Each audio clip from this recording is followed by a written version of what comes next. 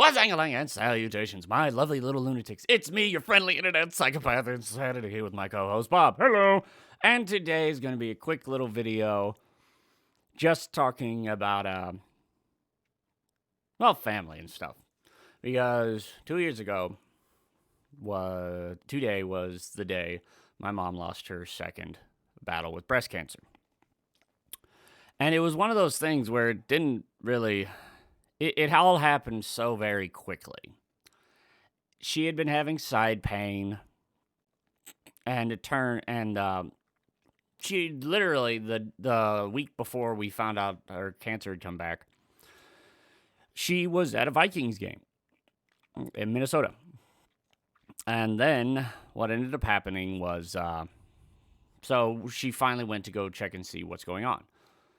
Well, her breast cancer had come back and metastasized, which means it moved around.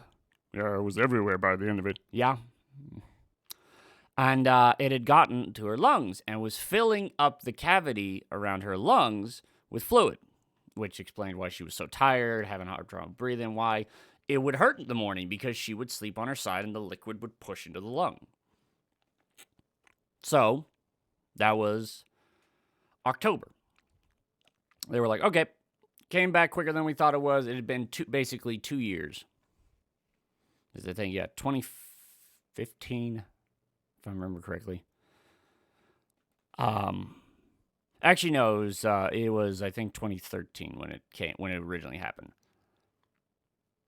And so they were like, okay, we're gonna get this fixed. Then November came around, and something just wasn't right. Something was wrong. My mom lost a ton of weight. She pretty much looked like Bob. Yeah, that was honestly one of the worst parts. Yeah, that hit me pretty hard because the first time when she was dealing with all that stuff, I was so borked out of my mind with all my mental issues that I really didn't even understand what was going on. I couldn't, even though, I was 23, but my mind was so utterly messed up that I didn't know how to feel. I didn't understand really what to feel. So, but then in 2017, I ended up finally getting on medication, and that's why that worked, and that's why this kind of hit a lot harder than I thought. It massively affected me. And what ended up happening around November was, she just couldn't keep on weight no matter what she did. And the whole thing is, the first time, the only reason people would see that she had cancer was she lost her hair, but it grew back. And the biggest thing is that she was never sick, never threw up, nothing at all. This time, suddenly just skin and bones, and it's pure, just like, this it's the epitome of what you think would happen for a cancer patient. Although she didn't lose her hair this time. And what ended up happening was, so I was helping out take care of her. And this was in November, when we just realized something was wrong. So they did tests, and it turns out that her body was producing massive amounts of calcium. And when there's too much calcium in the body, it tries to flush it out. So no matter what she did, she couldn't gain weight because it was constantly flushing her system. So we had to go on a strict diet stuff, and in November, it was October 27th when Nicole had little Evie. So mom got to be there for the birth of her first grandchild. December, it went from, in October, this is going to be fine. November, okay, there's some problem. December, this is looking bad. And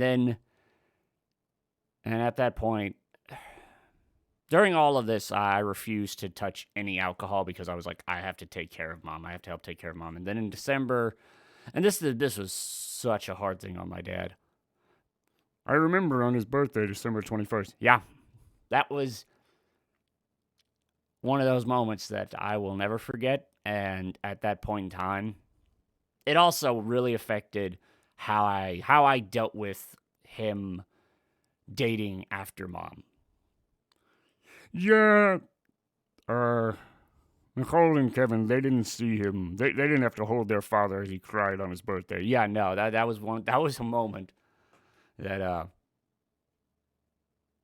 a moment I never want to experience again.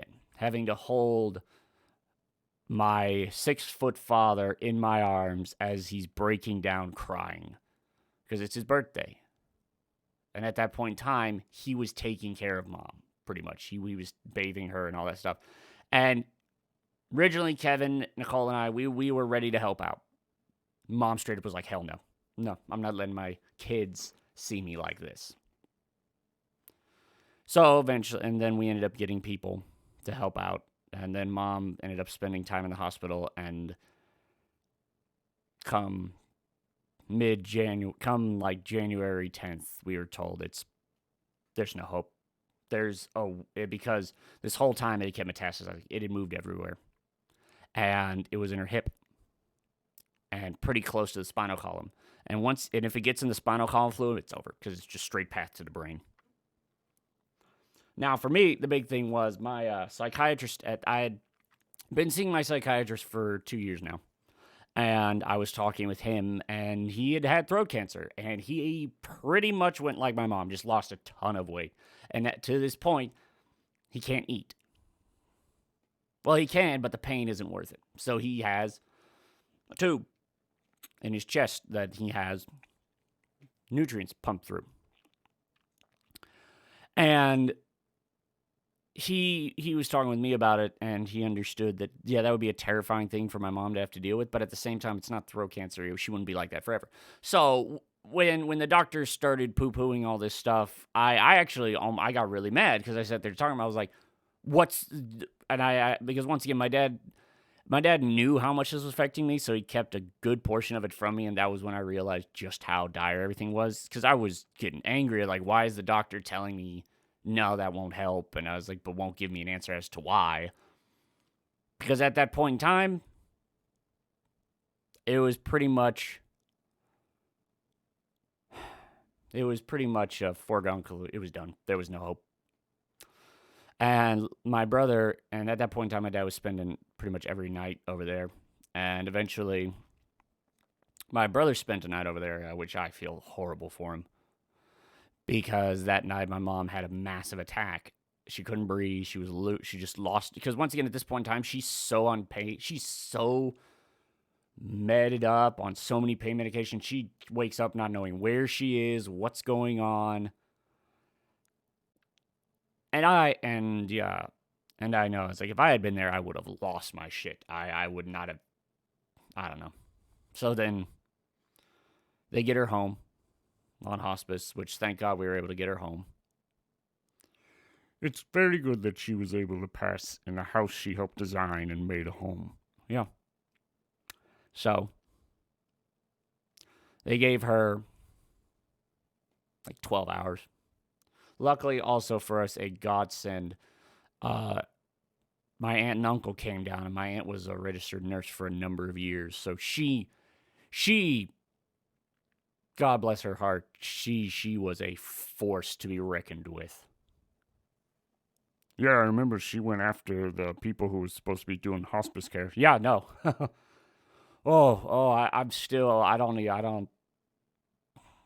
I don't know if Dad ever sued them because they were terrible. They didn't do their job.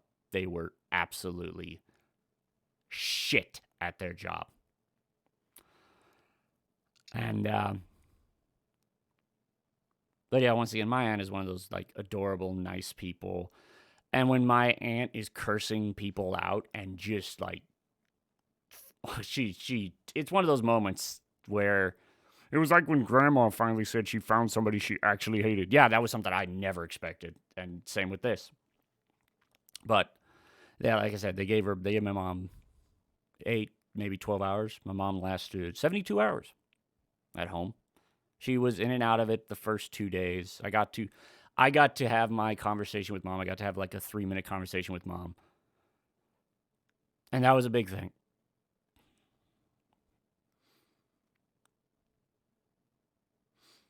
That was a real big thing for me. Because my mom, the biggest thing for me is mom was the one who knew about everything. Mom was the one who helped me deal with the doctors and all that. And she always was like, Dad doesn't need to know because Dad works his ass off to take care of the entire family. And she knew that, yeah, even with the medication and all, it was still freaking difficult every day for me to deal with that, especially because she also knew all about my health problems, which finally, after now mom passed and then grandma passed this past August, my dad's finally like, nah, I don't care anymore. We're getting it all fixed. We're done. I'm done dealing with it. I'm done trying to let's take our time. Let's work through this. No, he's like, no, if it's surgery, surgery. Don't care. Get it done. We can't, I don't want to, he doesn't want to have any more surprises and stuff. So I got to sit and talk with my mom, and she had known that suicide was probably always the way I was going to die, and I had 30 years old, I had planned that's how I was going to die, because at that point in time, it was just the pain of the mental shit's dealt with, but the physical pain and all the nausea and all that hadn't been helped. So she made me promise that I would wait a couple years, but she'd be ready and waiting for me when if it did come to that. And I still remember because I would sing Sarah Spana to her, which is the lullaby she always used to sing to us. And my brother, years later, we were sitting there drinking, and he just brought that up, and he was like, because he was sitting there thinking, like, he wanted something to have with mom at the very end. And apparently, one of the times, like, Dad walked in and just saw me singing that to mom as she was asleep. And that apparently just broke him. And then he told Kevin about that, and they were like, of course that's something Eric would do. So then she passes. She passes surrounded by family. I remember that night because that night was I screamed myself hoarse. Just went up into the one room we had built for her hidden away staircase nook. Screamed myself hoarse for like 20 minutes. And that was the first time in months that I had alcohol, and I didn't black out drunk. I got close to it. And then I spent the next few days sobering up, and then went to her funeral. We still have her here just because with COVID and all that stuff that people can't come down. But it was one of those things where so many people I never knew showed up. People from all around the United States showed up. Our gardener, the other guy who does our lawn, Brenda showed up. Yeah, the lady who comes over every 2 weeks. Been doing that for years. She showed up. God, I remember seeing Juan, because that was one of those things. Juan at that point in time, Juan was dealing with a lot of stuff on his own, so we never really talked too much. And like the day before Mom passed, I ended up calling him, and just because I was breaking at that point, and his mom, and his brother just show up. They knew something was wrong. They didn't know how bad it was, and just seeing once again, because Juan was one of these. He's like, he is that epitome of a brother from another mother. He's either we were over at his house or he was over at our house up until recently. But he's been dealing with so much shit that I understand why. And he and I have finally reconnected. We're talking again. But, yeah, seeing him break down like that was just another one of those moments. And just talk with a bunch of people that I had never heard of. Mom was one of those people that once you got past, she was standoffish a bit, but once you got past that, you were family. Brenda, while she was there, talked about how, like, once again, lady that she works for, pretty much family to her. It's like she said, it was like having a second mom. So and then afterwards, after all that, I tried going back to school. I ended up, luckily I ended up getting, They withdrew me. They gave me my money back because once they were like, so what's going on? I was like, oh, no, yeah, my mom died 4 days before my birthday, right before class started, and I was going to try and just power through it, but couldn't do it. And they're like, oh, shit, okay. And for a long time, I saw hallucinations of mom. Oh yeah, her Renaissance outfit she made. Yeah, no, for a while, my mind, for basically an entire year, my mind refuses the fact to deal with, to simply understand, yeah, my mom's gone. It just straight up refused to deal with that. So, and then 2020 rolled around, and I finally started to deal with that fact. And now, once again, but it's helped me because I've started doing a lot of stuff. I picked up the guitar again. All my New Year's resolutions are stuff that I was just like, I started doing last year, and I made promises. I made promises to Mom before she passed, and that there was certain stuff I was going to do before, if suicide does hit me, before I would let that happen. And it has helped. It has helped. Tiny little things. Like, I've got a bunch of books I have to read. I've got to learn to practice guitar. I've got to make the one song I promised I would do, or the one painting I promised I would do. Some of the statues I was going to make with the welding and metalworking skills. But yeah, in this past year, that has had a lot of people lose people they care about. You got to hold on and I don't know. I ain't got nothing special to say. I ain't got nothing. It's just I wanted to. I remember today was just one of those days. Last night I did drink a lot, but so today I just I'm going around, still packing up because I'm gonna be out of here the 23rd. I'm gonna be moving, but I've got a lot of stuff I have to do. So just keep busy. That's all you can really do is keep busy during these hard times. Keep your mind focused on other things. And just got someone you care about, go give them a hug. Let them know that you care about them, that you love them. Because they can just, matter of months, be gone. Okay, that's going to be the end of this little video. I just thought, didn't want to play video games today. Just kind of wanted to sit back and remember stuff and thought that it's still a video for today. Why not talk about Mom? Okay. I'll see you all next one. Bye, everyone. Bye, Zers.